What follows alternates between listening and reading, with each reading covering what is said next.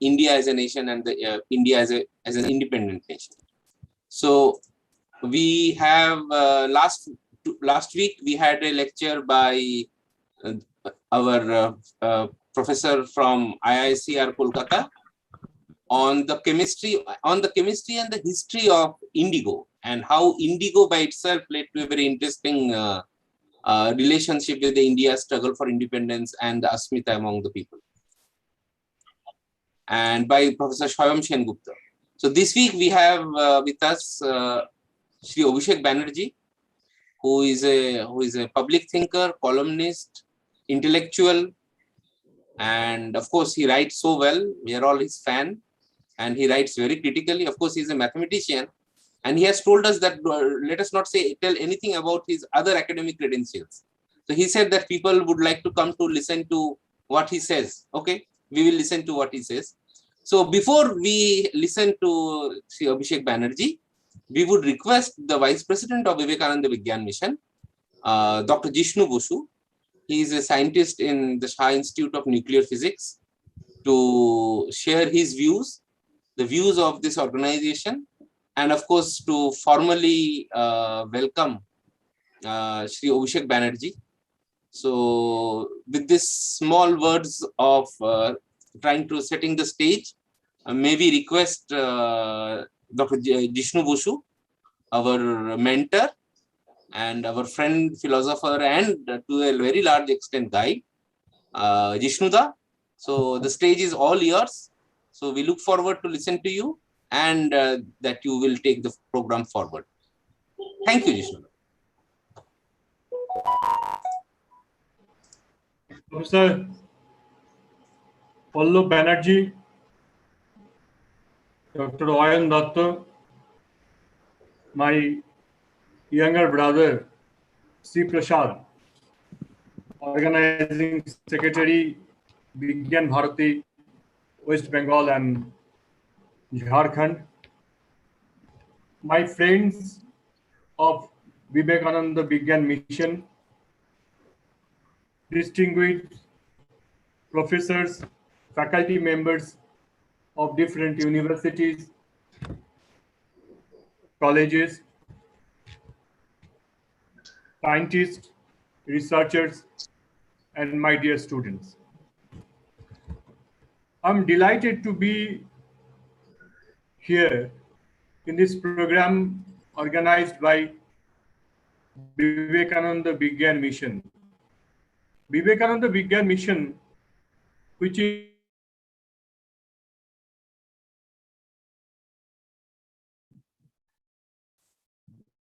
is the West Bengal chapter of Vigyan, is engaged in propagating science in our country.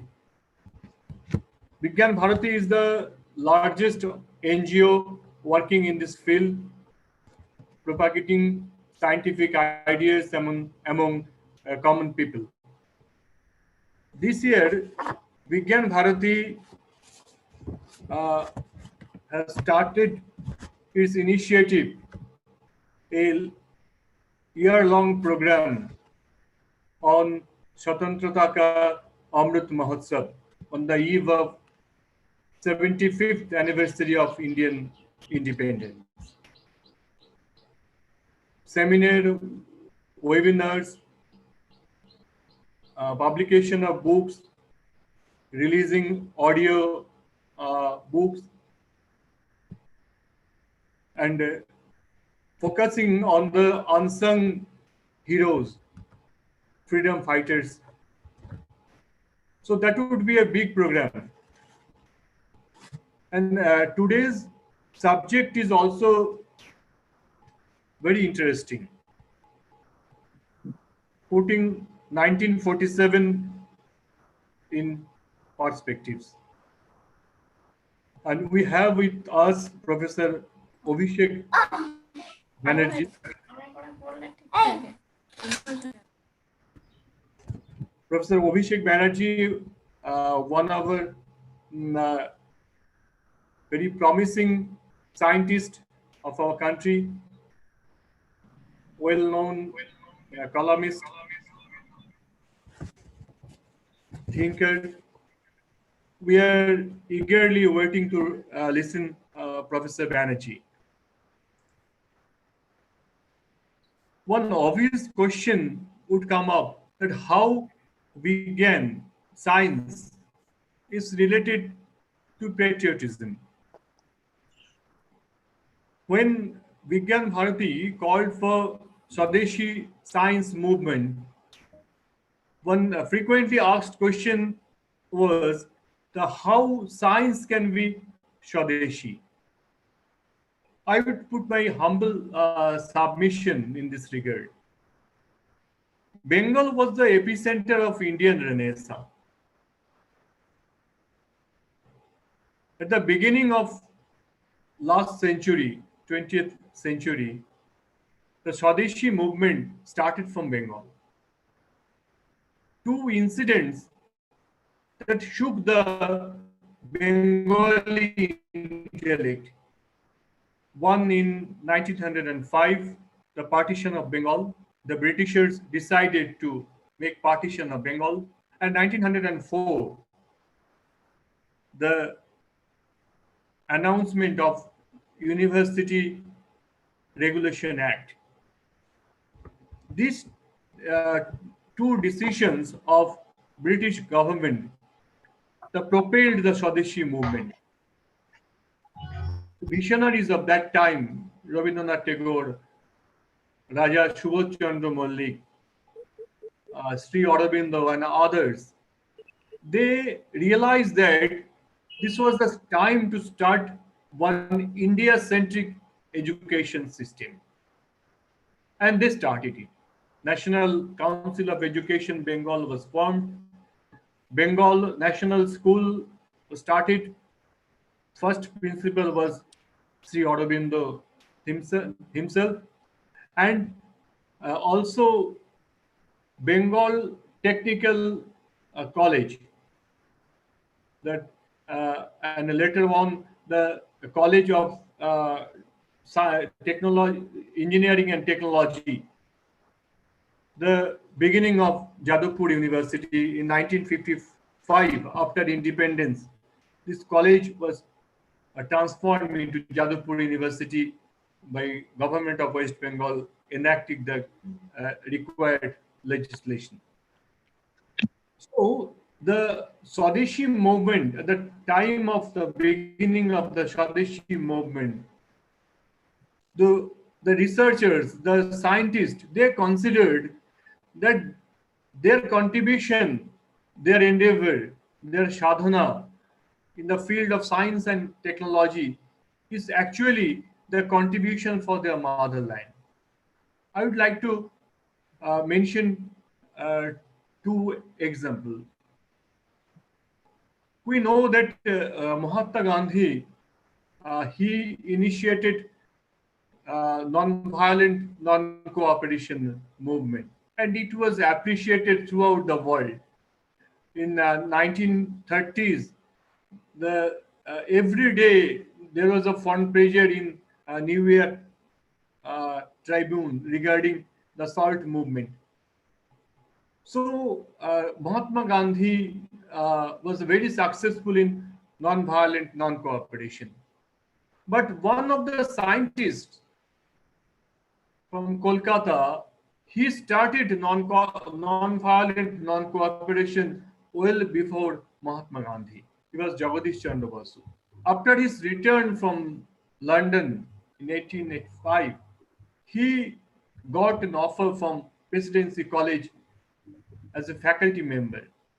But the condition was that he would get half the salary than his European colleagues. Jagadish Chandra Basu accepted this offer with a protest, which was the first evidence of non-violent non-cooperation.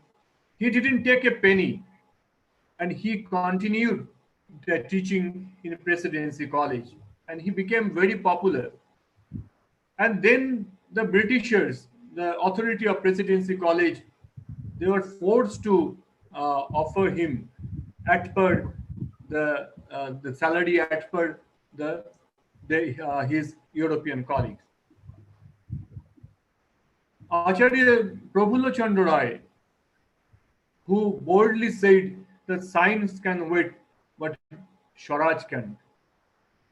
Acharya Prafulla Chandra Rai, that time he realized that the development in the field of science and technology, the Britishers, they are projecting that this is the gift of the British colonial rule. This rational thinking, the scientific research and the scientific invention and other things. Prafulla Chandra Rai, he published his book, The History of Hindu Chemistry, in 1902. And it was an amazing book. And it motivated the young minds that they realize that our forefathers, our ancestors, they did a lot in the field of science. They were actually the uh, achievers in this field. And our work in the field of science and technology is actually continuation of this work. We we started using zero, the magic figure in the mathematics. We extracted thousands of medicine from herbs, and we precisely calculated the movement of stars and other astronomical objects well before Europe did it. So, in 1909, getting a very positive response, Acharya Prafulla Chandra Rai, he published the second edition, second volume of the history of Hindu chemistry. This book inspired the young mind, and it motivated the young scientists like Meghnad Shah and another visionary, Dr. Shamaprasad Mukherjee, to take the courage to establish one Institute of Nuclear Physics in 1940s. So that was the motivation they got from Prafulla Chandra Rai. So the freedom struggle and the development in the field of science and technology was closely associated. The beginning of the University College of Science and Technology, popularly known as Rajabajar Science College of Calcutta University, was a turning point.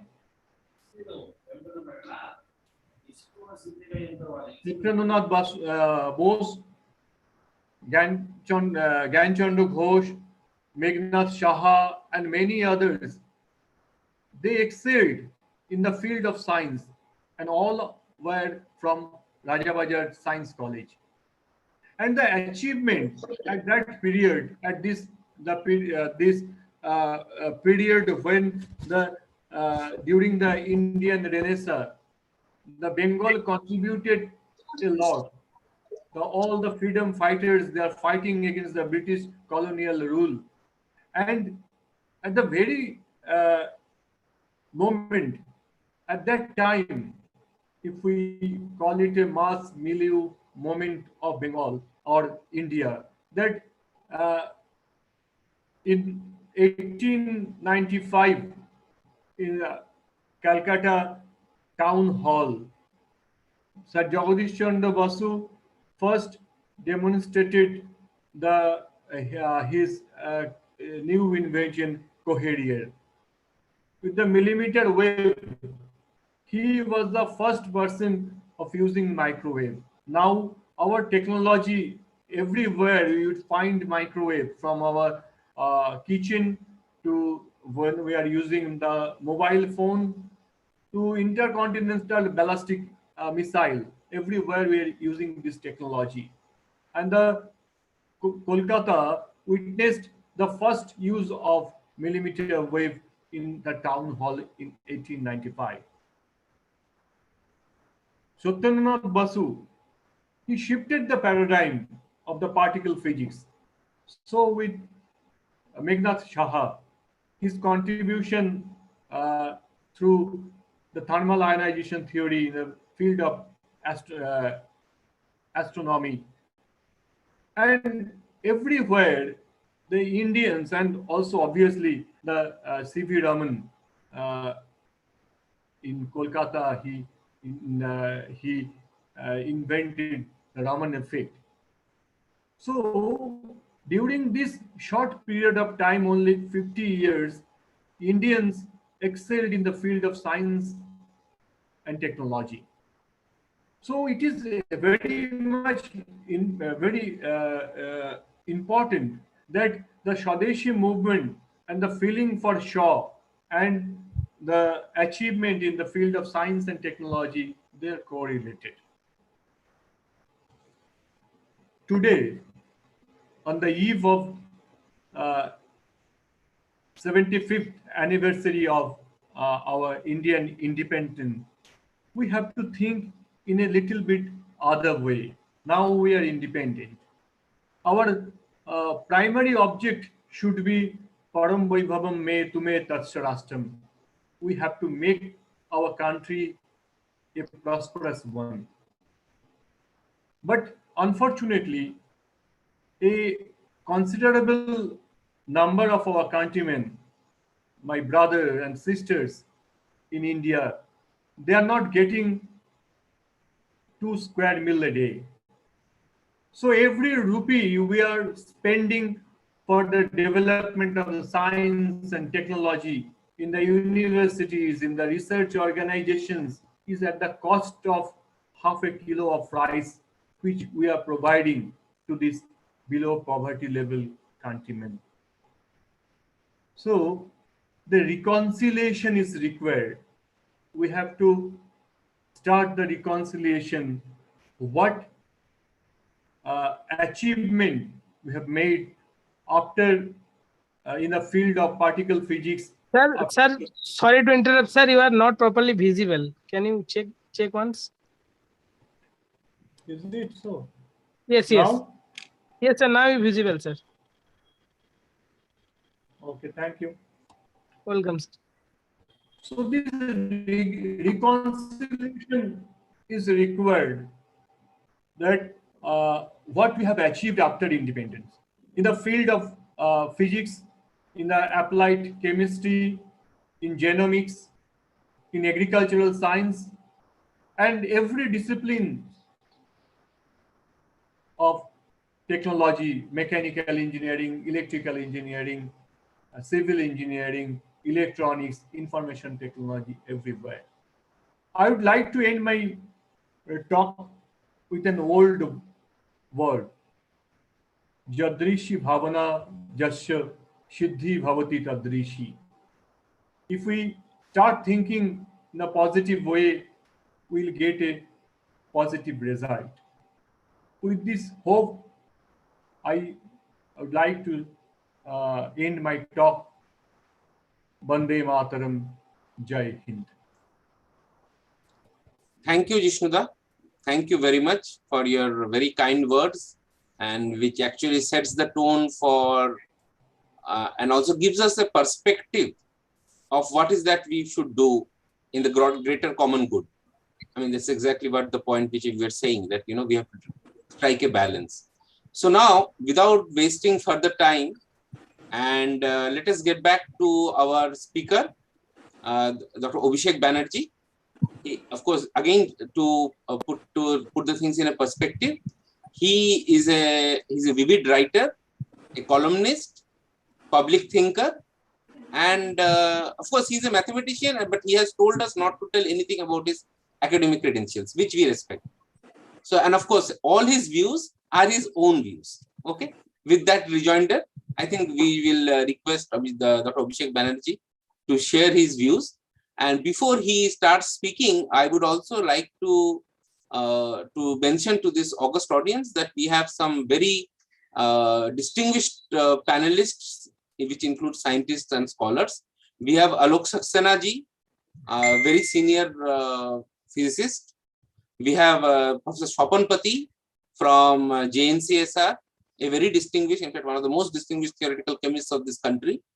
And I mean, these a few of the names which we saw. Of course, we have Professor Amartya Datta from the Indian Statistical Institute, and we have Shri Biplab Loho Chaudhuri from Shantiniketan, a very senior professor, and many of them are joining. Dr. Ashok Nando, mathematician from IISER Kolkata, Shri Malla Reddy from IISER Kolkata, Shri Pradeep Tarafdar from IISER Kolkata, Professor Dulal Senapati from the Shah Institute of Nuclear Physics. So these are just a few names. So please excuse me if I miss few names, but I think now let's start to listen to Abhishek. Thank you.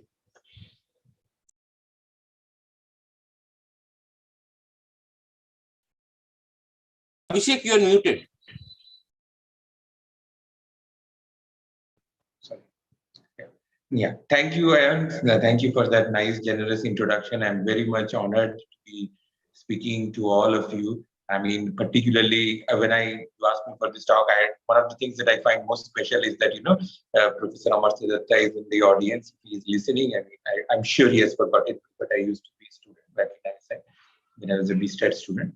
But more than that, I'm honored to be speaking to all of you to address Vigyan Bhatt, this audience. And thank you, Dr. Jishnu, for those 4 words. Now, when he approached me for this talk, I was a little worried that, what am I going to speak? So I asked him what kind of talks have been given before. And he mentioned this other lecture that had been given about the history of the chemistry of indigo and how it has played a role in the freedom movement. So I must say, I was very intimidated when I heard this because, I do not have that much in-depth knowledge about, for that matter, pretty much anything.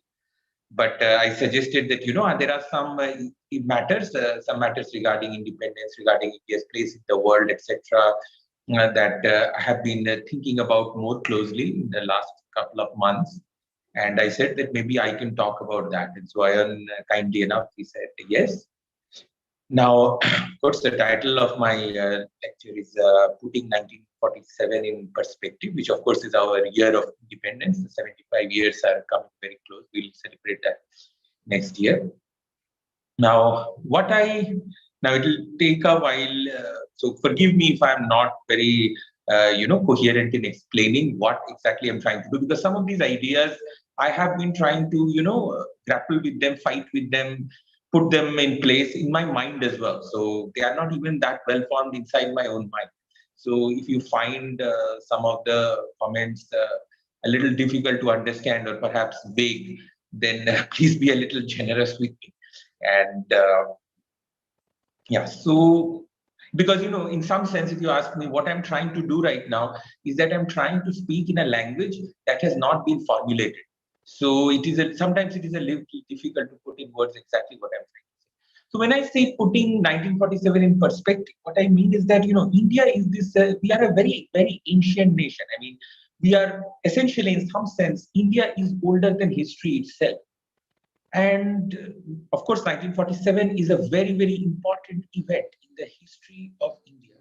But I would like to argue, in some sense, that it is not everything. Now, of course, I am not trying to diminish because, like I said, it is extremely important. It's a watershed moment in the history of our nation. But we have to put these things in perspective. So, for instance, even the discovery of the equation. I mean, let's take a momentous thing in physics. I mean, let us take the discovery of the equation E equals mc squared. I mean, of course, that is one of the greatest moments in the history of science, right? But if you think about it, E equals mc squared has always existed, right? Or at least, I mean, if I'm getting some of my basic physics correct, I mean, it has always existed, right? So even though the discovery itself is momentous, that discovery did not make the equation E equals mc squared happen, right? So we have to start thinking, this is what I feel, is that we have to start thinking of India in a larger context. And I feel that we have not really done that. And that has led to somewhat what I would think a bit of negative consequences, both for our internal thinking and for our place in the world. So to elaborate on that, I mean, let us first ask ourselves, what is 1947? What is 15th of August 1947? Well, if you look at the Constitution itself, it says something very curious. There is this article in the Indian, when I studied like 6th or 7th grade civics, and where they tell that they teach you some of the basics about India's constitution. They didn't actually mention, I mean, maybe I was paying that much attention, but they did not mention this very curious Article 395 in our constitution. It's in our own constitution. And when I read that article, I was almost bewildered at first, because that article says that the Indian Independence Act has been struck down. This is in our constitution, right? Article 395. So when I read this, I was like, wait, what are you saying? Are you saying that India is not an independent country anymore? Is that what our constitution is saying? No, of course not. Then when I, when I had to consult the greatest expert of all, Google, I mean, I said like, what is going on? So they explained to me that the point is that India is a republic, and Indian Independence Act is an act of British Parliament. If we proclaim our independence by an act of British Parliament, then we are not a sovereign nation, right? So that is why India's constitution, it actively repudiates, it actively repeals the Indian Independence Act along with like the Government of India rules, and there's a whole bunch of other things that are repealed formally by our constitution. So we disavow completely any act of British Parliament. So in some sense, already in our constitution, you can find the beginnings of this idea that 1947, even though a momentous occasion, there is a lot more. But what bothers me is, I was over 35 years old when I first heard about this Article 395 and this concept of sovereignty, this difference between 1947. Of course, we learn in school that, 15th August 19 is our Independence Day and January 26 is our Republic Day. That is the day when the Constitution came to be promulgated. But if you really look at it, we don't really emphasize the distinction between 1947 and 1950. And there is an idea there, and something has been lost at that point, is that we don't emphasize that, after 1947, what really happened? We became a dominion, right? We formally became a British dominion in 1947. Before that, we were inside under the British Empire. Then we became part of the British Dominion, which I guess is still in some sense part of the British Empire. And 2 new dominions were created, right? So we didn't really become, a sovereign. So sovereignty is very important. We didn't really become sovereign in 1947. That's why the president has almost no role on the Independence Day. In fact, I think he has no formal role. So at that time, India just had a viceroy or governor general after 1947, and they created 2 new dominions, India and Pakistan. And both of them had the same king, which was the same British king emperor, which led to this extremely funny and sort of counterintuitive situation that when, India went to war with Pakistan in 47-48, what really happened was that the British king emperor, who was the king of India, was literally at war with the king of Pakistan, which was also himself. It's probably one of the most interesting phases in history when a single person has declared war on himself. Because, they're legally distinct positions, but it's held by the same person. So what is now, why am I getting into this little thing? Because, people may say, why do you care? We got self-government in 1947. That's what really matters. And I agree with that. Yes, that's what really matters. Nehru became Prime Minister of India. We were self-governing. Then, we did some of the paperwork. We set some of these details right. And then we became a sovereign republic. I think Pakistan did follow suit in 1956 around. They became a republic as well. So why do you care? Well, the reason I care is that unless we emphasize the importance of being a sovereign republic, we don't develop what I consider something like sovereign thinking. That is, as long as we make this distinction small, as long as we don't make a big deal out of this distinction, that's what I'm saying. We all know about this distinction. It's somewhere in the back of our minds. We have all read it at some point in our textbook. But what has not happened, I feel, is that we have not been encouraged to think about this. So, each word in the Constitution, we open our Constitution, all the important ideas are there. But we have not been introduced to the kind of thinking that goes behind into those ideas. So, for instance, our Constitution, the preamble, starts with the expression, we the people. So when I learned it, I was made to memorize the preamble and, so we all know what is there in the preamble. But if you think about it, where is the term we the people coming from, right? Why would it start with the term we the people? Why didn't it say something else? I mean, it started with something else. Why? The reason it started with the expression "we the people" is because we have to think about what a sovereign nation is. To give ourselves that sovereignty, where does that sovereignty come from? Who is giving us the right to write this constitution and apply this constitution to the whole of India? We have to ask these fundamental questions about our country. And unless we ask and examine these questions, we are not really doing justice to who we are as a nation. Why did they say "we the people"? Because, when you are putting these rights, when you are putting these framework of the republic, you have to give a justification. From where is it coming?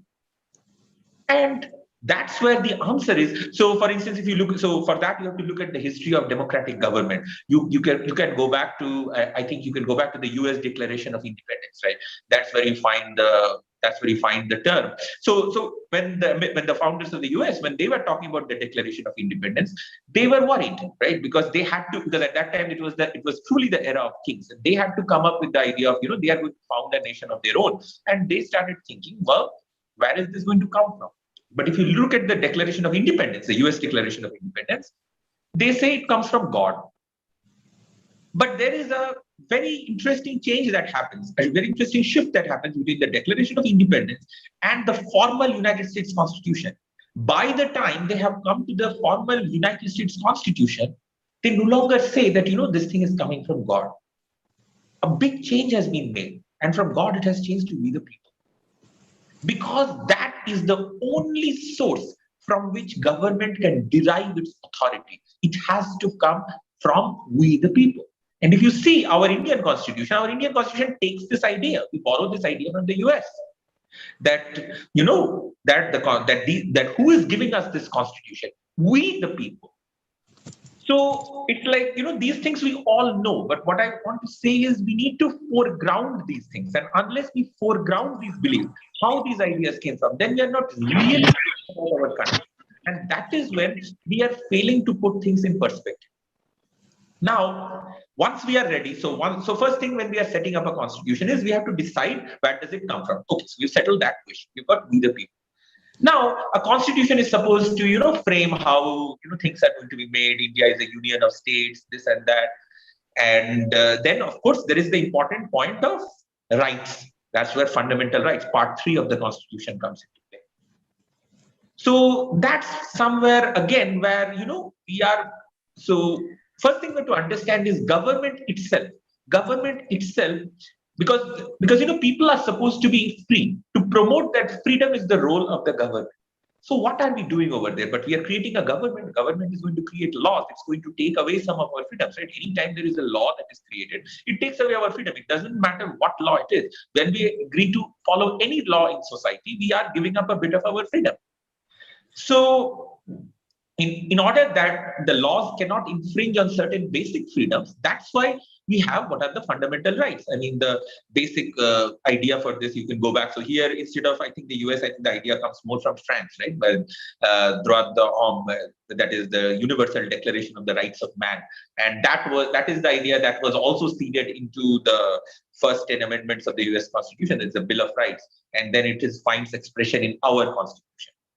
So what I'm trying to say is that even though we are aware of these distinctions, we learn these fundamental rights, we learn the preamble, what I feel is missing is the perspective.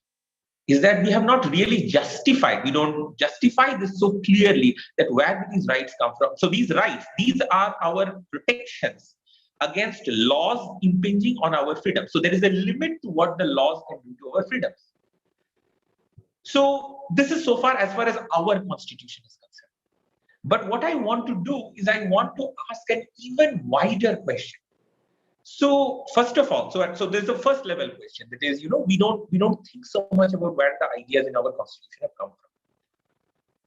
But there is an even bigger question, that is, okay, so the constitution defines the republic, but how much have we thought about India as a nation? Does the republic really capture the entire sweep of India as a nation? How much have we thought about that? And this is where I have been, I find myself on the verge of, these thoughts that I'm trying to come to grips myself with these ideas. that does the constitution, does the republic in itself, does it fully capture the idea of a nation? And this is where I would like to give this anecdote, that in the year 2011, I happened to be in Istanbul, and some of the people, the organizers of the conference, we went to this bar, and this place I still remember. The name of the bar was Iskander Bar. So I asked my host, what is Iskander? Who's Iskander? And he said, you don't know who's Iskander? Well, that's Alexander the Great. And then it struck me that, wait, Iskander, I mean, in India, we call him Sikandar Mahan, right? Alexander the Great. And then it struck me that, Alexander the Great, he came all the way from Macedon, from Greece. Then he crossed over, he passed through the Middle East. He arrived on the borders of India. Then his general Seleucus, right? Seleucus fought this great battle with the Indian Emperor Chandragupta Maurya, which he lost the battle with Chandragupta Maurya. And then it really occurred to me that, if you go back to Macedonia, if you go back to Greece today, I mean, Alexander is what? Alexander is like 2,300 years BCE. Right? So Greece is completely changed. They have no trace left. Macedonia, they have no trace left of their original culture, right? I mean, the later on Abrahamic religions have come and swept over those places. When I'm passing through Turkey, that's why he's called Iskander. What happened to when Alexander was passing through that area? Whatever culture, whatever set of beliefs, set of practices, whatever cultural, civilizational practices they had, those are gone today. Right? Macedonia is gone. The Macedonia of Alexander does not exist today. The Turkey through which Iskander was passing, that Turkey no longer exists today. A completely different civilization has taken its place. But you come all the way to India, and that's when you feel like going down on your knees and realizing that, Seleucus fought with the Indian Emperor Chandragupta Maurya. The descendants of that Emperor Chandragupta Maurya, they are still with us. They are part of the exact same civilization. Even today, Macedonia gone, Turkey gone. The Turkey that Alexander knew was gone. The Macedonia that Alexander knew is gone. But that same India is still standing. This is not a small achievement. That is, so there's a small incident in my life, but it really hit me that just how great India is. And that's when you start wondering, can something so great, it is so great that, this is where, like I said, this is when you go down on your knees and you realize the majesty of what India is. It's like, can something so great be captured by 1947? Is that all there is to us? So, of course, we love saying constitution. We love talking about our independence because, it's a momentous occasion. I mean, without that, where would we be? But can it really be captured? It's like saying E equals MC square. I mean, that moment cannot capture everything from the Big Bang all the way down to this moment in time, right? So trying to put everything together under the umbrella of 1947, it perhaps in some way, it does not do justice to who we are as a nation. So in some sense, it is like, so what do we have? So what did we really do in 1947? Just like the equation E equals MC squared, it was always there. But was the letter E always there in the literature? Was the letter M always there in the literature? Was C always there in the literature? We assigned some meanings, and then Einstein created an equation. So what we have right now is a current formulation of India. That is what we got. I mean, of course, the Constitution is 1950, but the events that lead up to it. So what we have right now is the current formulation of India. And that is not all of India. It cannot be. And in that sense, I mean, of course, this may sound condescending to people of other nations. I'm very proud to be an Indian. But I believe there is a difference between a country and a nation. India is a nation. Not every country can be a nation. Because, if there was a way to travel back in time and meet Alexander, if I could go back in time and meet Alexander, and Alexander would ask, where are you coming from? I say, I am an Indian. Alexander would know exactly where I'm coming from. So I don't want to insult any nationality, but imagine if somebody went to Alexander in a time machine and said, well, I'm coming from Pakistan. Alexander would be like, what? So, Alexander knew who is an Indian. Huan Sang knew who is an Indian. Seleucus Nicator, he knew what is an Indian. Columbus knew who is an Indian. Magellan knew who is an Indian. They all knew who is an Indian. And this is something very unique. This is something very, very unique about India. It applies, of course, there are other great civilizations. There is the Chinese civilization, which I intend, I'm going to talk a lot about China.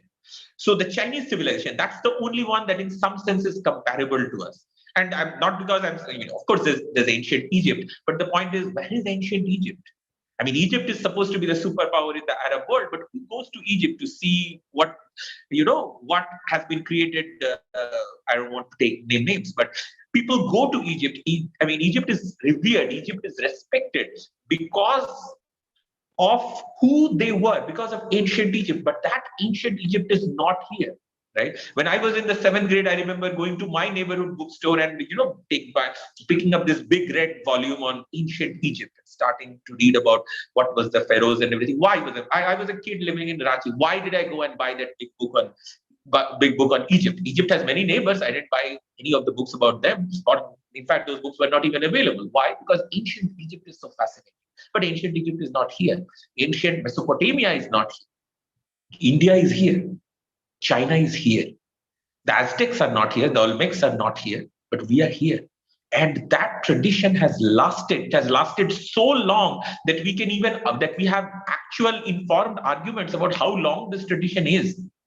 So, I mean, and there is this term which I think most other people in the audience would know better, which is this idea of Westphalian nation state. That is, the Treaty of Westphalia, which I believe goes back to 1648. This idea of a modern nation with borders. So, when people start saying that, when we start debating the borders of India, we have to understand that the idea of India predates even borders. The idea that a nation should have a strict, well-defined border, there should be passports when you cross that border. This is my jurisdiction, that is your jurisdiction. These ideas came later. India came before. So this term that is much abused, idea of India, it's so ancient that almost nothing applies to it. So, and then there are the people who talk about, well, India was defined by outsiders. The land of the Sindh, you cross the Sindhu River, then that land is Sindh. Then they will say that, there are some pronunciations here and there, and Sindh becomes the Hind. And then they try to say that, they try to use this argument to say that there is no India, or they try to mock the idea of, Akhand Bharat, or so to say. What I find is that the argument is actually the opposite. When you say there is no India because India was defined by outsiders, well, what it really says is that the idea of India is so ancient that it predates the whole idea of a nation itself. And this is something very unique. It applies to India in the modern world. It applies to China in the modern world. I honestly cannot think of any other example. I mean, Egypt is gone. Mesopotamia is gone. I honestly cannot think of any other example. So India and China are essentially the two continuously existing civilizations. And just like the idea of China cannot be captured by 1949, similarly, the idea of India cannot be fully captured by 1947. We can formulate India. We cannot capture it within a single date, within a single era. It is like trying to patent the process of photosynthesis. I mean, photosynthesis has always been around, whether somebody was there to know about it or not, whether somebody knew about Krebs cycle or anything. Photosynthesis has always been there. You can't patent photosynthesis. So in the same way, when people say that this or that is the idea of India, it's like saying that, I have a patent on photosynthesis. You can't do that. It's just, you may be a great scientist. You may have discovered photosynthesis, but no disrespect to you, but there is no way that the process of photosynthesis can be claimed as your intellectual property. So first thing let us establish is that there is nobody who can actually say that I claim to capture and this is the idea of India. So once we start thinking like that, we have to expand our horizons. And this is where I would say to some extent, I have to look at the idea of Chinese strategic thinking. And in that, so recently I found myself fascinated by this figure of Henry Kissinger. So I ended up reading like books after books on Kissinger, and I was reading about Kissinger's greatest achievement. And Kissinger's great achievement, so please bear with me how I bring the China to context. His greatest achievement along with Nixon was opening up China to the rest of the world, to the Western world in particular. Now, and that is Kissinger's proudest moment. So I read about the history of how he landed in Pakistan. They put out fake announcements in the newspaper saying that, he was leaving Rawalpindi for the mountains because he was feeling sick or something. But when in reality, he was boarding a secret plane and flying out of Rawalpindi to go to Beijing, where he met Zhou Enlai, the Chinese premier, and Mao was still around at that time. So what I found was this is supposed to be Kissinger's proudest achievement. And in some sense, Nixon's greatest achievement as well. At the same time, where that made me think that why was Kissinger so proud of opening China up to the world? Because he keeps saying, you can sense the admiration that Kissinger is feeling for the Chinese people, even though keep in mind that Kissinger is an avowed anti-communist. There's nobody more anti-communist than Kissinger. And Nixon, he's like this extreme red basher. But when Kissinger and Nixon, they finally make their way to Beijing, they are almost they're like fangirls. They're going nuts over Mao and Zhou Enlai. Why is that happening? And today, China is a superpower. At that time, China was barely a superpower. I mean, China was begging for recognition from the United Nations at that time. China had no, technology-wise. In fact, after 1947, it was actually the Indian army was actually technologically more sophisticated than the Chinese army because, we had the direct descendants from the British Empire, whereas the Chinese, they were much more ragtag, much more untrained. They had much less combat experience. So, and it's not just the army. I mean, internally as well, China was devastatingly backward. So why were Nixon and Kissinger so thrilled at opening a door to China? Well, and that's when it started bothering me. Well, why didn't Nixon and Kissinger devote the same kind of thinking towards India? Who opened up India to the world? Right? That is the question that came to my mind. And why aren't they so excited about it? Why is there nobody? Why is there no US Secretary of State who goes and says, my proudest achievement is opening up India to the rest of the world? Why? Well, perhaps because the Chinese tried to think about their nation with a certain amount of self-respect, which we perhaps did not. So you can say India was always open. Okay. Is it because that India tried to formulate itself as some part of the Western world? In that sense, did we lose the respect of the West before we even gave ourselves a chance to earn it? These are the questions that have been bothering me. What this because at that time Mao was leading a nation that was, it was a peasant state. It was devastatingly backward. In many ways, it was much more backward than India. But why were the Americans quoting the Chinese and not the Indians? Maybe because we gave off the signal that, we are just like you. And this neediness that we projected towards the West, did that bother us? Did that reduce our standing in the eyes of the West? Because, we try to say that, first of all, we speak their language. Of course, English is not the language of the West, but it is one of the predominant languages of the West. We speak their language. We formulate our laws. We formulate our legal arguments, everything from a Western point of view. And if you look at the Chinese, they don't do that at all.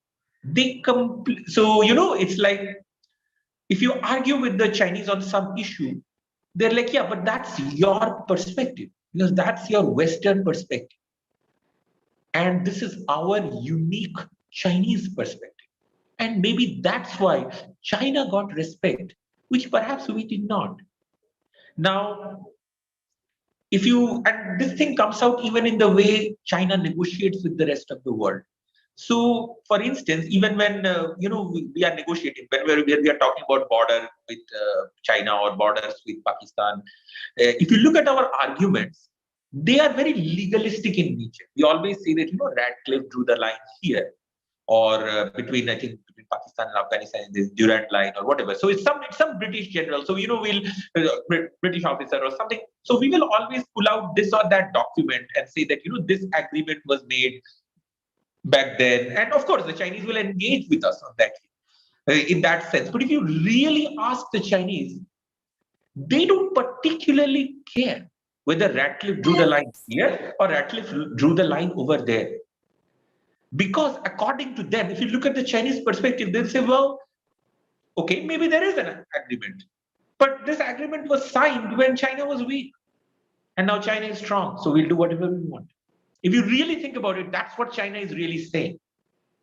The two sides, we are negotiating, but the two sides are negotiating from two different points of view. So this is where it affects the fact that we have not put so much serious thought into India as a nation. What are India's boundaries as a nation? So we try to make this legalistic argument. So we try to say that the line was drawn here. The British drew the line, and we are a successor state of the British Empire, and therefore that's where the line is. But the point is, we have to think beyond this. We have to say that the borders of India extend till the place of ancient Indian civilization. That is the real frontier of India. It doesn't matter if Radcliffe drew the line here.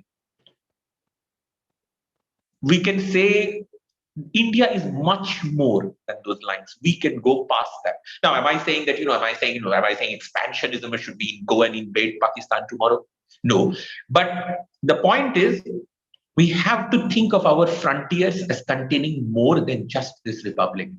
We cannot let the lines drawn from 1947 define us so much.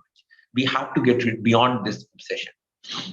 So now, so for instance, the Chinese tourists, Chinese tourists now have a lot of money, they go all around the world.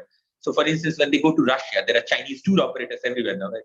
In Europe, in America, even in Russia, they take these Chinese tourists around, and they only speak Chinese. So if you look at the Chinese tour operators in Russia, they will take them to Vladivostok.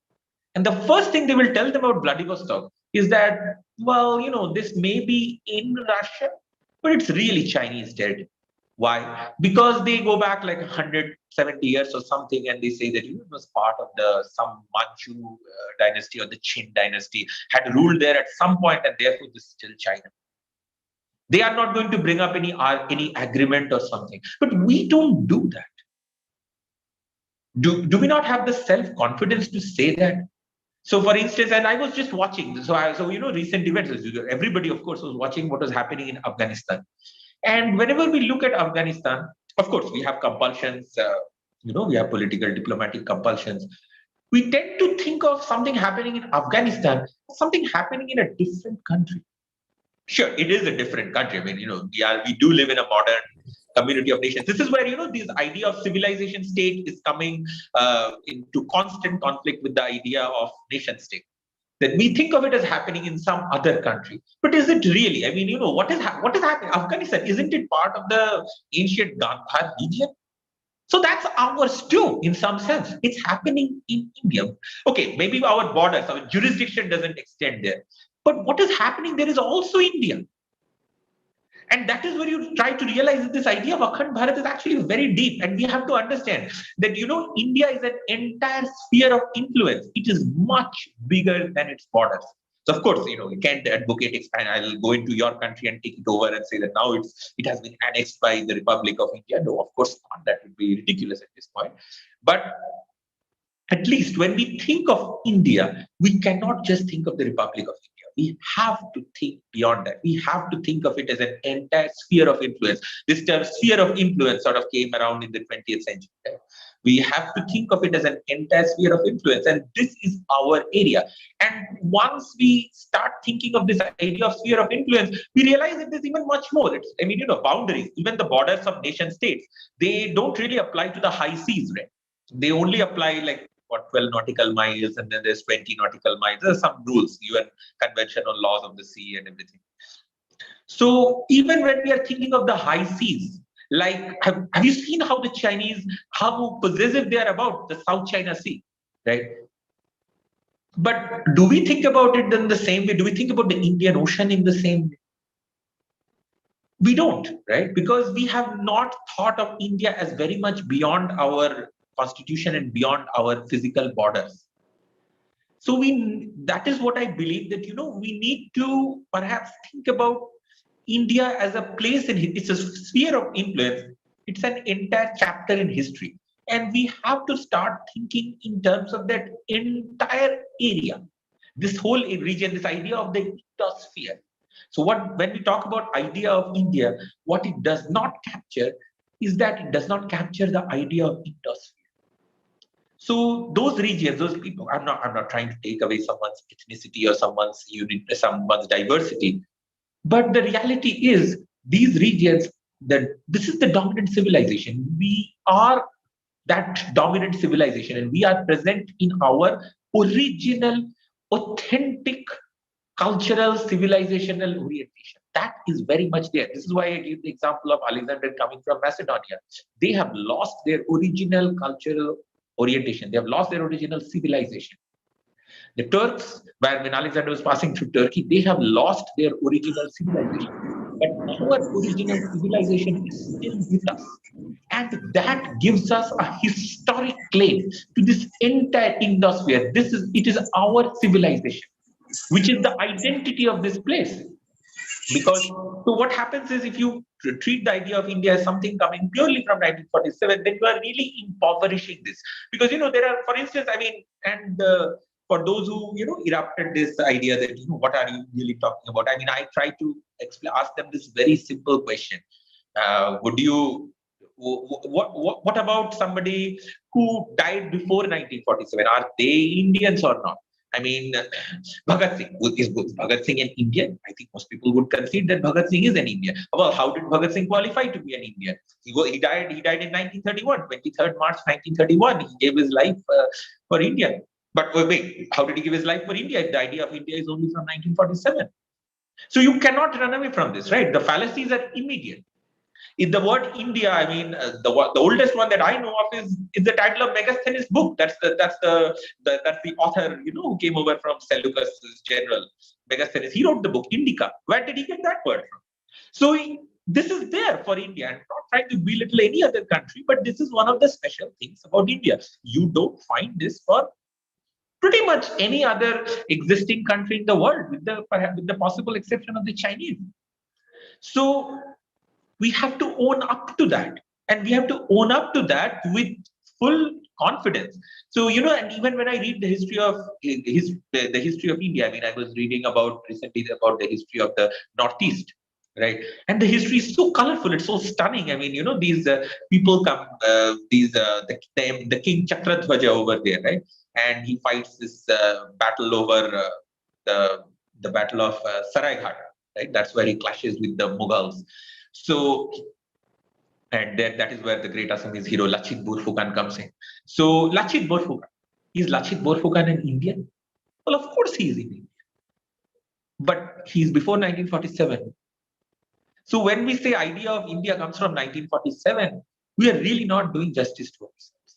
Because then, first of all, there are so many fallacies. We cannot explain why all these great people in our history, they are Indians. For that, we have to accept that the idea of India. So this first thing we have to acknowledge, that this idea of India goes much beyond 47, and we have to start thinking of ourselves as a sphere of influence. Now, what happens when we don't think of ourselves as a sphere of influence? What happens is that we end up embracing whatever paradigm the West is giving to us. And that is why Nixon and Kissinger were so excited to open up China, but they were not interested in opening up India, because we are already open. We declared ourselves like, we are just like you. And so the only difference is that, back at that time, it was the British governing us. Now we have self-government. We are a democracy. So, we are always, so there's this wannabe sort of thing that, we are always trying to prove to the West. But so when we don't think of ourselves as a sphere of influence, it creates sort of inferiority complex. And we are always struggling to show to the West that, look, we have civil liberties in India too. We have freedom of speech in India too. That's not to say we shouldn't have freedom of speech. We shouldn't have civil liberties. But when you allow someone else's ideas to dominate, so if you treat the idea of India as coming only from 1947, what you are doing is you are letting the Western paradigm dominate you completely. And that really impoverishes our way of thinking. So, and one can look at, simple examples of this. So when Neil Armstrong, I love this example, when he set his foot on the moon, what did Neil Armstrong say? We all know that's one small step for man, one giant leap for mankind. Now, you think about this. Neil Armstrong, he was an American, right? He went on an American mission. What gave Neil Armstrong the right to claim something for all of mankind? See, we are not taught to think about it like that, right? So now, and that's where, you can sort of make a connection with science, and people might say, no, you're just being too narrow-minded. You have to think in larger terms. He's a human being. He's setting his foot on the moon. Fine, I get that. But Neil Armstrong stood there with an American flag with the stars and stripes, and he said, that's one giant leap for mankind. In that moment, what he has done is he has said that what is American is universal. And as somebody who comes from an Indian civilization, that is actually, was that really a great leap? No. It shows that America is able to plant it. In some sense, he was planting that flag over all of human civilization. Does that do justice to our civilization, to the Indian civilization, to the Chinese civilization? It does not, right? So whenever we talk about this, so whenever you talk about things like, freedom of speech, civil liberties, people say, well, these are universal values, and which is the same thing they talk about when they talk about science or mathematics. They'll say, no, that's universal. Yes, that is universal, but branding matters. Names matter. You cannot be what you cannot see. So, and so this idea of universal, it is a bit of a mirage. And this is why I would recommend really reflecting on Neil Armstrong putting his step on the moon. Was that an American moment, or was that a moment for all of mankind? Now, what we do is, when we read this, now, of course, I would have preferred it if it was an Indian who was the first on the moon, but of course it wasn't, right? But what we do is we internalize that. And the thing is, we don't think about it. We're like, okay, so an American did it, so what? But from a point of view of an American, it's actually not so what. From the point of view of an American, it absolutely matters that it was an American who put his foot on the moon, and it wasn't an Indian, it wasn't a Chinese guy, it wasn't a Japanese guy or woman or whatever. It matters from their point of view. So what they have been able to do, what the West has been able to do is, create this, they have managed to conflate universal with national. So I was also reading the history of the Apollo 8. So Apollo 11 is of course, the Neil Armstrong's famous mission. But before that, there was Apollo 8, where they circled the moon and they came back. That was actually one of biggest moments in the history of the US spacefaring, because they were competing with the Russians, and they thought that the communists would get there first, and so they ran this race and they managed to circle the moon. And there is this amazing moment that 1968 actually had been a very disturbed year for the US, and Time magazine, they named their person of the year, and they had decided that it would be the protester, so some kind of left-wing kind of garbage, which we are seeing a lot of now. They wanted to make that the person of the year, but in 1968, just in December, on Christmas Day, when these astronauts, they managed to circle the moon. I think there were both Lovell, Anders, and Borman, the three astronauts. When they managed to circle the moon on that day, Time magazine, they had already got everything in print for person of the year. They changed it immediately. They changed it immediately from this claptrap about the protester, the dissenter, and they made it these people. Time magazine changed it at the last moment. It's already Christmas, so they had only a week left. They changed it. They pulled it out of print and they changed it. So they perceived it as an American achievement. People started weeping when they, when they clutched Old Glory, they clutched the American flag, and they cried. But what has happened? Those things which were American national achievements, they were universalized. And if you think about it, that is actually the highest form of imperialism. That is, even though I come from a different civilization,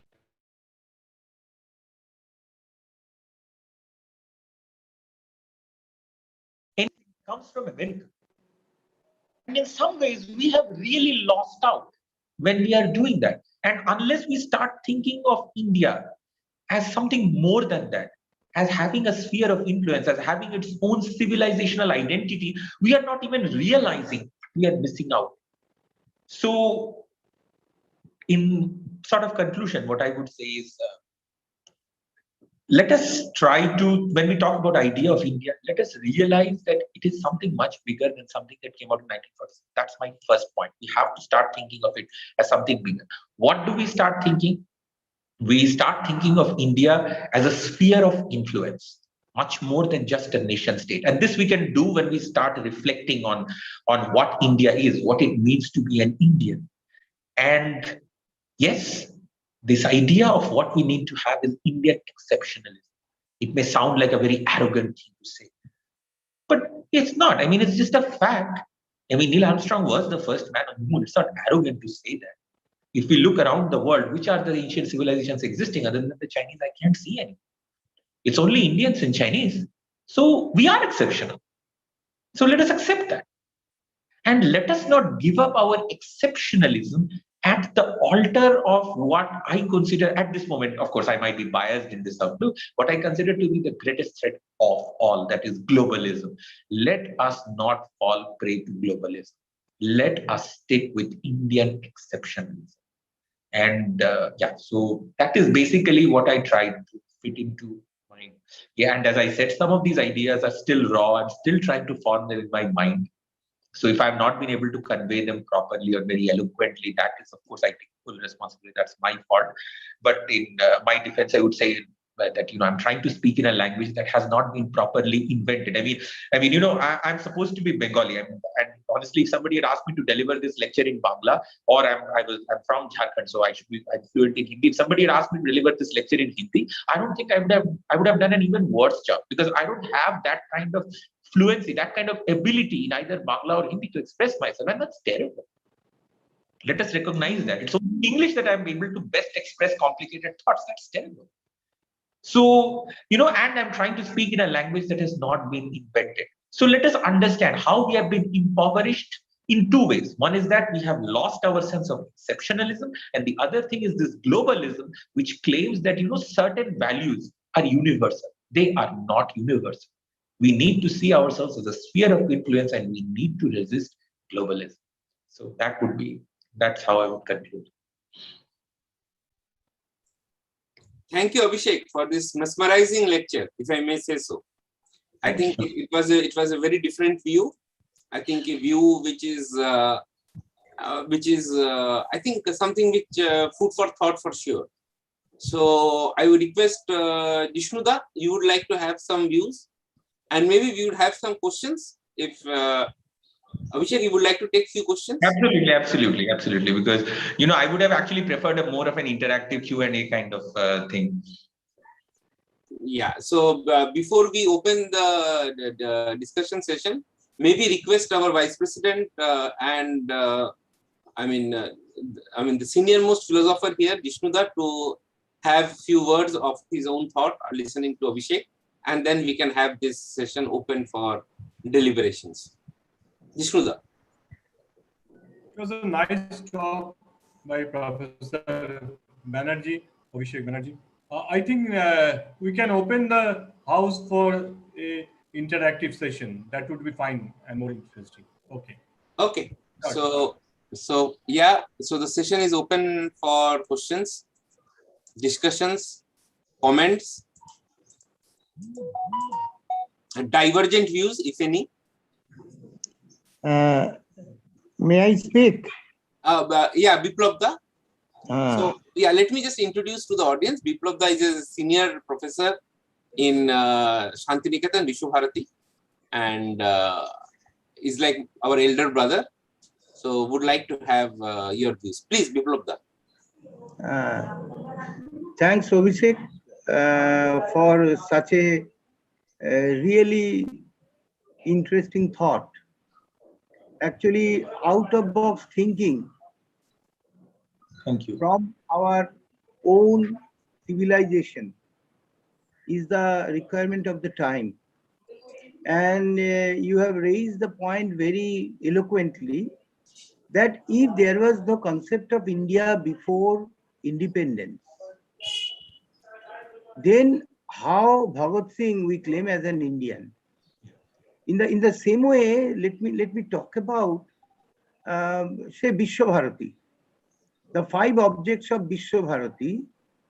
The first object of it is to create an Indian, from an Indian perspective, to look into the world. Yes. And what we have done, we could not achieve it, because in our syllabi, everything, we could not really thought of how it is to be implemented.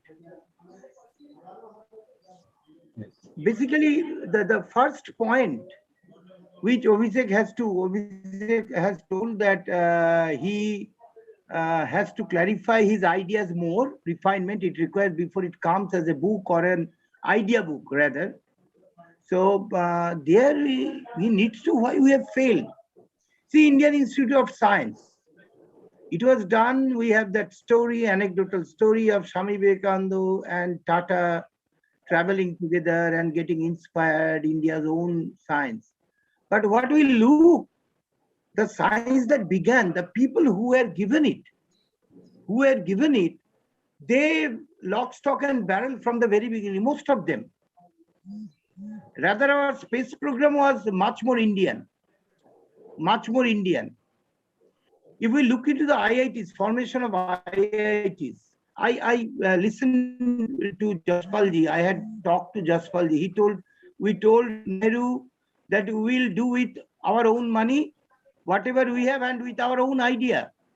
But our IITs are mimics of others. And we boast of it. There is time very right now. It's not due to BJP or anything else. How long? 75 years. In 75 years, the ideas are torn. But which is transgenerational is not torn. So we need to think in that line. And Abhishek, I am really lucky to be listening to you. Thank you. Your great lecture. Thank you. Thank you. Thank you. Thank you, Biplab. Thank you. But I mean, let me add my own thought. I mean, we would always think. I think we have still not lost the cause, because while he was talking, he talked about Chinese being very proud of their South China Sea. Recently, there is a book. In fact, I'm sure many of you might have read the book by Sanjeev Sanyal, the story of the Indian Ocean, where it also documents how the Indian Ocean has been a kind of a cultural buffer for the Indian subcontinent and the paradigm of India as a nation. So this is something which I found that is a very well written book.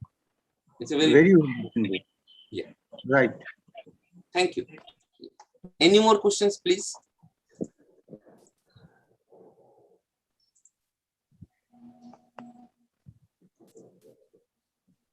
Acha, can I? Yeah, sure, Amartya. So towards the end of your presentation, it looked like you would have pitted your idea of this Indian exceptionalism Yes. with globalization, Yes. thinking of world as a family. Now here I have a kind of a suggestion that this Indian exceptionalism, if one really gets into it, then it is something like since you are in mathematics, in the language of mathematics, this globalization, it becomes a subset of that. The idea of globalization, it is a part of Indian exceptionalism, because much before these ideas of United Nations and all that, there was the idea of Vasudhaiva Kutumbakam, that is again part of the Indian exceptionalism. So what I would say is that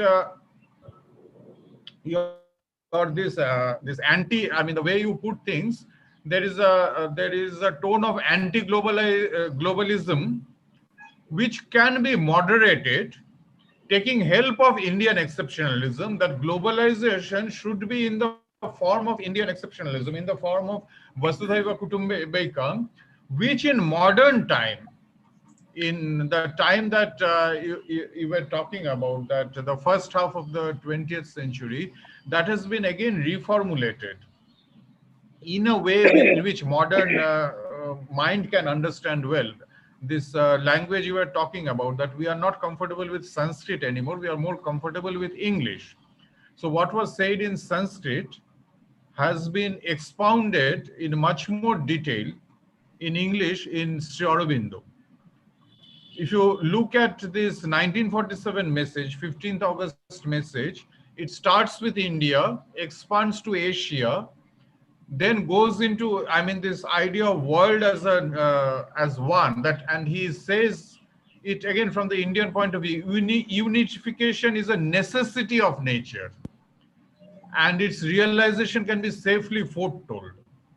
Then from there he goes on to the spiritual gift of India, and then finally a step in evolution, that a higher consciousness descending into the earth, into the earth. That is of course goes much further, but at least the first four are within our reach, things which we can relate to. So maybe if things are packaged in that language, then this amra ora kind of thing, Yes. Would not be there. Yes, if I can comment a little bit on this, because I like this point very much, this idea of Vasudhaiva Kutumbakam, as you say, packaging, and this is fabulous packaging actually, because if you think about the term Vasudhaiva Kutumbakam, it is essentially doing exactly what Neil Armstrong did, right? That you are saying that the idea of the world as a family, it sounds great. It's something that some kid living in Wisconsin can understand. Oh, okay, wow, this is an Indian value, that the world is a family. But once you accept it is an Indian value formulated by an Indian, in some ways you have already accepted Indian exceptionalism. So it is this amazing thing that exists in like two phases. It's just how you look at it, right? On one hand, it sounds awesome. Anybody can feel great about that. Like, you can get a warm, fuzzy feeling living in Canada or China or Japan. You're like, oh, they just said the world is a family. It sounds fabulous. And this is what we need. But when you accept that it's an Indian value formulated by an Indian in ancient Sanskrit, then in some ways you are acknowledging India as the lead in the family of nations. That's Indian exceptionalism, but done in an amazing package. And that's what I sort of want to get at, that, we have to push this Indian exceptionalism within all these nice, wonderful things. America always branches liberty. But when they say liberty, there's also an American flag fluttering in the background somewhere. So it's this amazing mix they do, where they mix the universal values, which what they call are universal values. American values are universal values. Are they? But yeah, so Vasudhaiva Kutumbakam, that's something that we can claim is a universal value, but it comes from India. So you can accept it, and then in your heart, in some level, you've already accepted India as the most exceptional lead role among all nations. Yeah.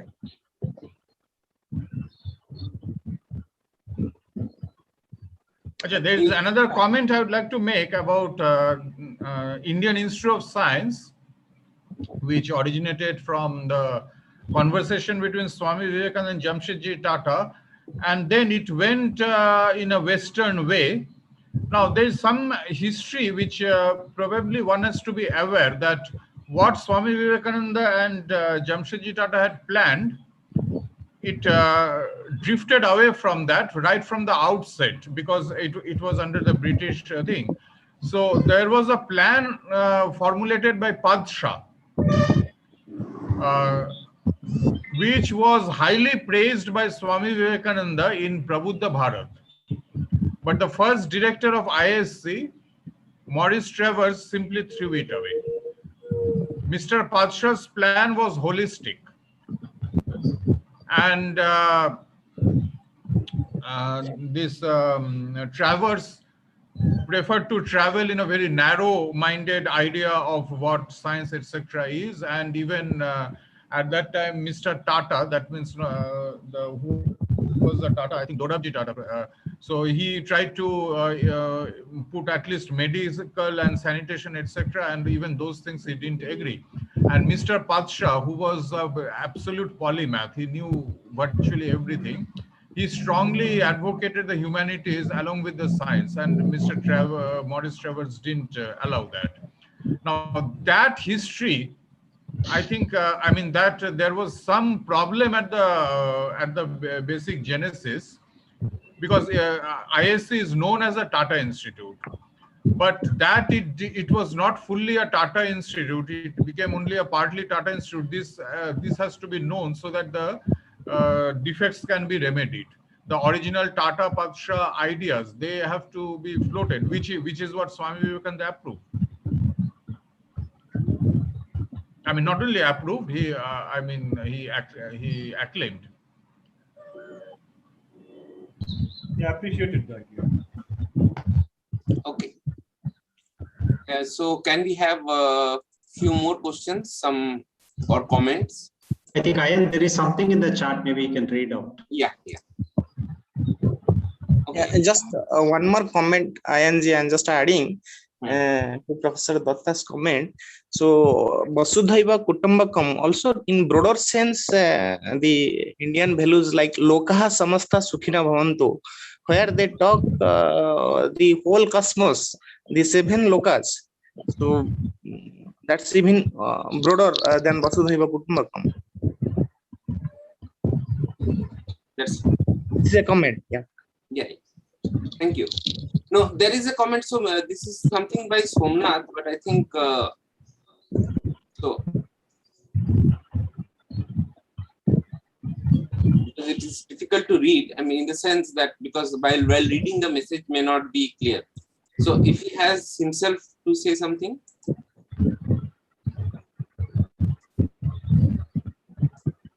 Hello. Yeah. Yes. Can I just ask this? Like the present day, this India, the concept of India confined by this first political boundaries, and the second one is like geographical boundaries. Now, like if we really want to see beyond that, what should be our present day way of approach to see beyond it? Like which is confined, or you can say like presented by kind of like politicalized constitutional boundaries. Like, is it taking something like, maybe for example, one like Hindu religious identity, like Buddhism, which in fact like reached up to China and further, so can we take such kind of initiative? Like otherwise discussing this kind of things is in one way, and the other one is like, we should stand up and we should say like, what we are actually and how we can take our message to that level, So Abhishek, if you kindly say something about what we can do, like what would be our task, present day, what should be our task? How should we take this forward? I just missed one word in between. Did you say what about the CAA? Is that what you said? I didn't hear clearly. No? Hello? Sorry? Did you say in between what about CAA? Is that what I mean, I'm not fully sure. I missed a couple of words in between. No. Okay. Yeah. So see, that's what I say, that's what I've been grappling with. So what are the actionable items? So of course, the first actionable item would be internal, right? So at the very beginning, like I was going on and on about how these things, we don't even explain where the ideas in our own constitution come from. So, we try to say the idea, even if we are saying that idea of India comes from 1947, we have not even done a good job of explaining that. So as a first, let us first start explaining what the constitution, forget everything else. First, let us start explaining where the ideas in our constitution come from. And this is one thing that really bothers me, that, there's this famous Keshavananda Bharati versus state of Kerala. That's where the basic structure doctrine comes, right? In some ways, it's really sad that the basic structure came out of a court case. I mean, we are glad that they formulated the basic structure, but shouldn't this be something that should have been done a little while ago? Isn't that something that should have been predated? So if you read Hamilton's papers, or if you read the works of Jefferson and all, then you can see where the genesis of these things are there, But I think so. The basic structure thing, right? That doesn't even get formulated till 1972 or something. So that itself says that we have not even done a good job of formulating even the idea of India from 1947. Now, once we do that, now let us start formulating the idea of India that is thousands of years old. This is a task that is several orders of magnitude harder. So that's where we have to start talking about. First, we have to start looking at a better map, right? We have to start presenting. We have to start giving our kids, pictures of the actual Indosphere. That this is the Indosphere. This is the sphere of influence that has always been Indian. This part has been dominated. Dominated is a terrible word to use in this context, but it is perhaps the most suited word. That this is the part of the world that has been always dominated by India. This is our civilization. Religion, it always gets controversial, but it is part of the civilization, sure. But the point is, it's our civilization, and this is the civilization that distinguishes us. Because that's what I've been stressing from the beginning. If you look at Macedonia today, gone. The civilization Alexander came from is gone. Look at Turkey today, that civilization is gone. India standing, China standing. So what we have to do is we have to explain to everyone what is the notion of civilization state. That we are a civilization state. We have to start explaining this. And once we start thinking that way, then we start rethinking our relationship with the whole world. And honestly, we have not properly even formulated our strategic and foreign policy doctrine. We use expressions like, this is very common in diplomatic parlance in India. We use the term normalization of relations. It's a very managerial, bureaucratic approach that we have, that so and so country has approached us with so and so problem, we have this issue, we discuss it and then we solve it. I mean, usually it doesn't get solved, it just gets pushed down the line.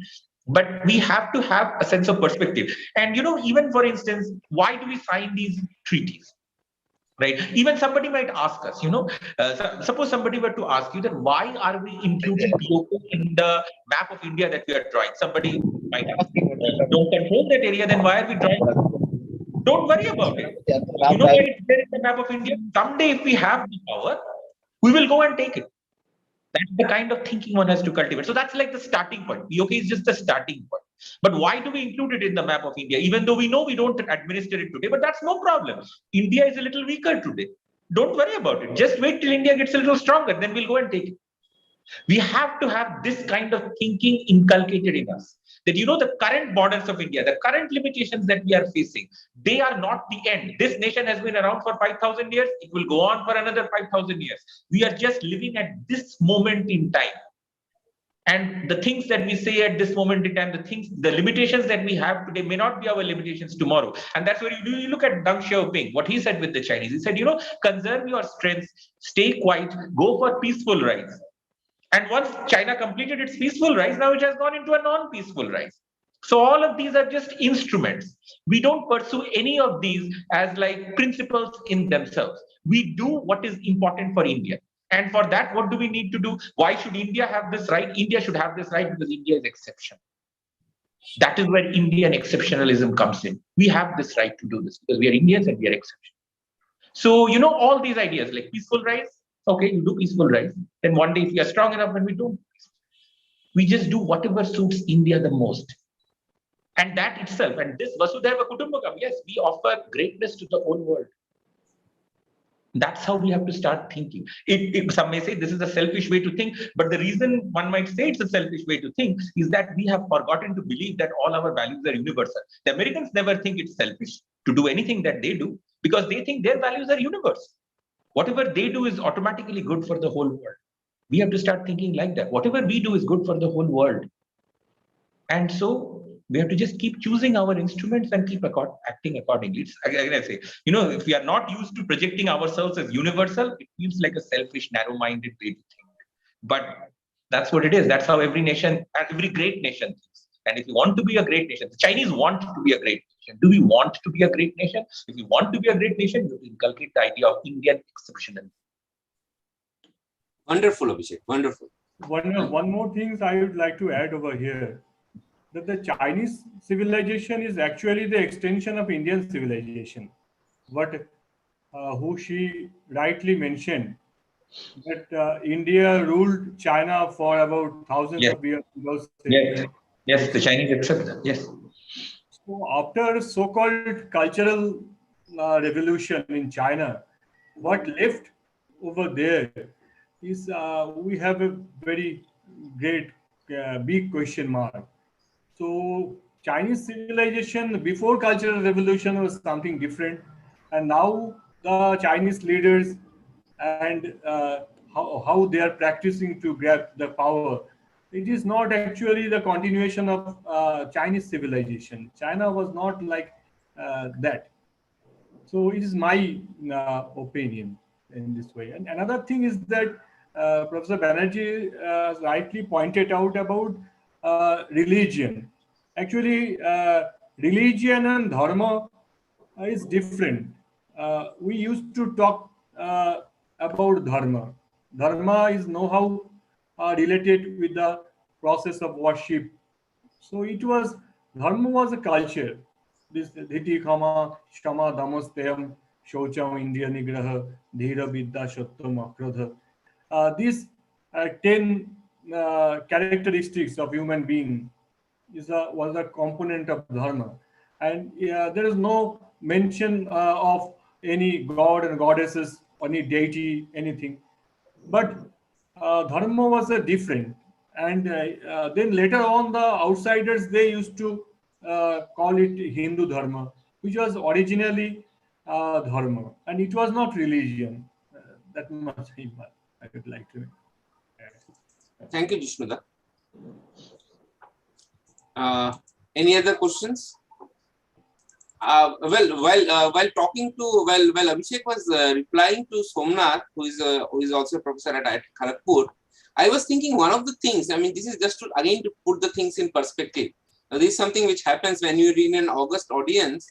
You also gain ideas. So with Jishnuda and Abhishek, we also get a lot of ideas. For example, lines are lines, and now when we talk about Radcliffe lines, well, Radcliffe did such a lousy job. That person, with all honesty, was so. I mean, he was honest at least to that core that he did not take any money for doing this lousy job. He did not take any honorarium because he knew that he did a very bad job. That is for sure. He also didn't have any experience. Oh yeah, of course. About this thing, and it was a really. Yeah. So these lines. No, but that being said, you know, if you look at the map of Africa, 42% of the lines that divides the country in Africa are straight lines, which means there was some Radcliffe version A, version B working there, and he did equally lousy job there. So, I mean, just to put the thing, when we talk about India, we did not restrict ourselves to those so-called boundaries. Just to give an example, this is something which I learned from a friend who was in Afghanistan. I mean, there is no place for Mahmud of Ghazni in their culture. They don't consider him any hero. The person whom they consider as their hero is Kanishka. People don't talk about the religion which Kanishka brought, because then they say Kanishka is our cultural, I mean, was our forefather. So their mode of religion, the mode of practice of the religion might have changed, but they still remain in that same philosophy. And that is that Indianness which we are talking about. And that's my wisdom. Thank you.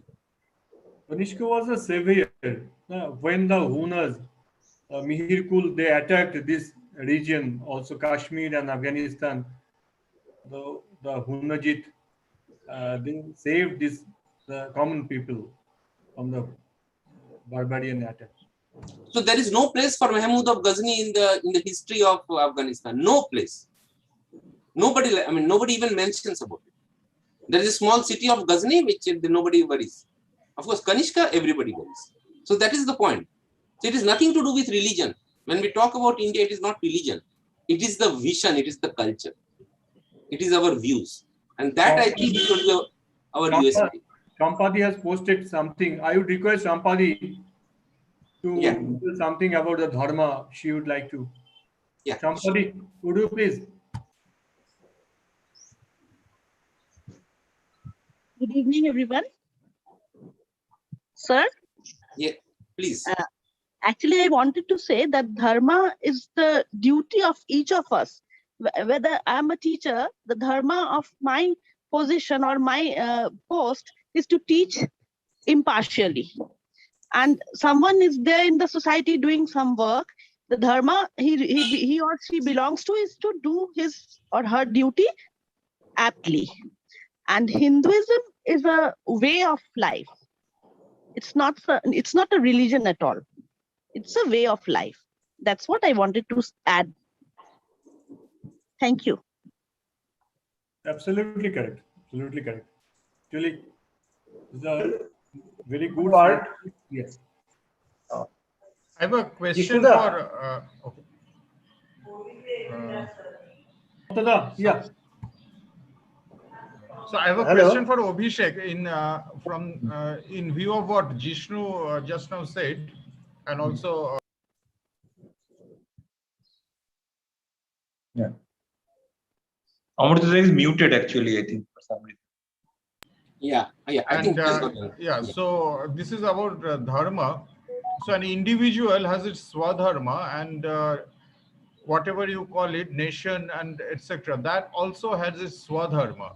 So India, this 5,000 years, 10,000 years, whatever you say, it has its swadharma to which it has to be faithful. So in that, from that point of view, I would like to ask you that when you present the example of China, whether there is a serious problem, which Jishnu pointed out, that are they really faithful to their swadharma? I'll give one example, like Japan. So Japan had this wonderful rise, military rise, but which was completely removed from what Japan used to be. And the end result was a disaster. Japan being, I mean, it glamorized us, it impressed us. Some of our great national leaders were carried away by Japan. And many of our seers, including Rabindranath and Sri Aurobindo, had warned about, I mean, they were not happy with what was happening. And anyway, the end result was not good. And then Japan actually went back somewhere in between. So maybe one has to be a little careful in holding up China as an example of ancient civilization. There could be, I mean, what is happening now is an aberration of ancient civilization or a continuation. That question has to be addressed. America is a good example. Americans are what they are, French, British. These are, they are really faithful to their national soul. Yes, I mean, of course. Well, I mean, these are, I mean, you know, these are sort of dangerous sort of ideas, and one has, because, you know, there are pitfalls everywhere. And, you know, as far as civilizations are concerned, like I said, you know, there are, I mean, I feel there are like only two left. So there are, you know, there's a kind of absolute minefield in every way, because, you know, what do you do? How do you say that? How do you meet the world and say that, you know, my nation is exceptional?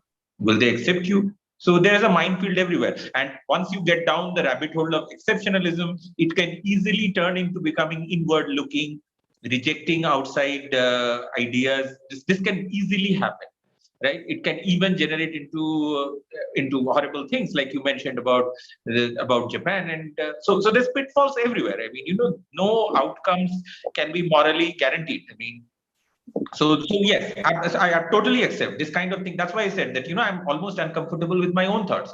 And it is very difficult to get this thing completely coherent, because I'm honestly trying to speak in a language that has not been invented. So regarding Japan, I would like to clarify, it is not that Japan is supposed to be peaceful. They had the ideal of samurai. But eventually they westernized themselves. This Western, very crude aggressivism which was there, which West is trying to overcome. Japan adopted it when West was in West, it was on its way out. Yes. And Japan was trying to adopt, and they moved away from their samurai culture. I'm not talking about their beauty and art and everything, but they had this samurai. But that samurai principle was not what made Japan what it became. Yes, I mean, if we really go back, I mean, the way the roots of the Second World War actually start with the Japanese invading Manchuria, right? In the Manchukuo, that is in the 1931, which I believe that's where the root of the Second World War is. That's how Stalin gets involved, and the rest of things just follows. But it did not serve Japan well. Yes, that's a fact. I mean, strange things can happen when you suddenly try to change. Yes. I mean, as I say, anytime you try to think about exceptionalism, bad things can happen. There's pitfalls, minefields everywhere. Thank you, Abhishek. And I think we had a wonderful evening, Sunday evening. So now I would request our organizing secretary, Shri M.K. Triprasad, to deliver his vote of thanks and conclude the session. Thank you very much. Thank you, NG. So I would like to say thanks to all those who are presented here. A wonderful evening.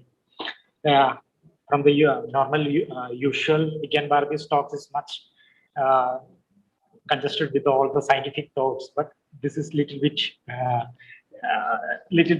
talking about the idea of India. And very beautifully, Professor Abhishek Banerjee well explained about the idea of India, which is formed long back, and we came into the discussion of Vasudhaiva Kutumbakam, which is from the Maha Upanishad, the concept is started, and still we are still standing on that idea, and we are discussing on that. That is what really the idea of India is started and still is continuing. That is what we felt over here today. So I would like to say my gratitude and thanks from my side and all the members of Vivekananda Vigyan Mission. This is the West Bengal chapter of Vijnana Bharati. And all other participants. The program, today's webinar is started with the beautiful thoughts presented by Dr. Jishnu Basu, who is the mentor of Vigyan Bharati West Bengal chapter. Jishnu very well explained about this this 1 year program, which is the Swatantrata Amrita Mahotsav.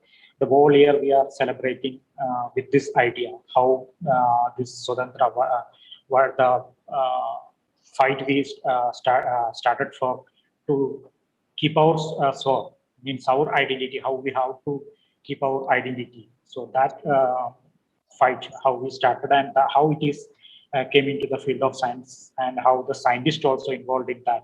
So the whole year, this thoughts and this thought process will continue. And same time, this idea of India have to reach everyone. More clearly, it should reach everyone. So everyone very much thanks to Professor Abhishek Banerjee and all other scientific community members, those who are assembled here to discuss about this idea. So once again, I'm saying thanks to Professor Banerjee, Dr. Jishnu Basu, Dr. Biplav Lohchowdhury ji from Vishwabharati, Professor Mallareddy ji from IISER, and Vivek ji from Mumbai, and all other eminent scientists over here, which I maybe I forgot the names, which I have to mention. So I will do thanks to everyone once again, and we will continue these programs in next month. And next week we will come out with another topic and another speaker. So the information will get to everyone, and we think we will join together in the next week. Thank you.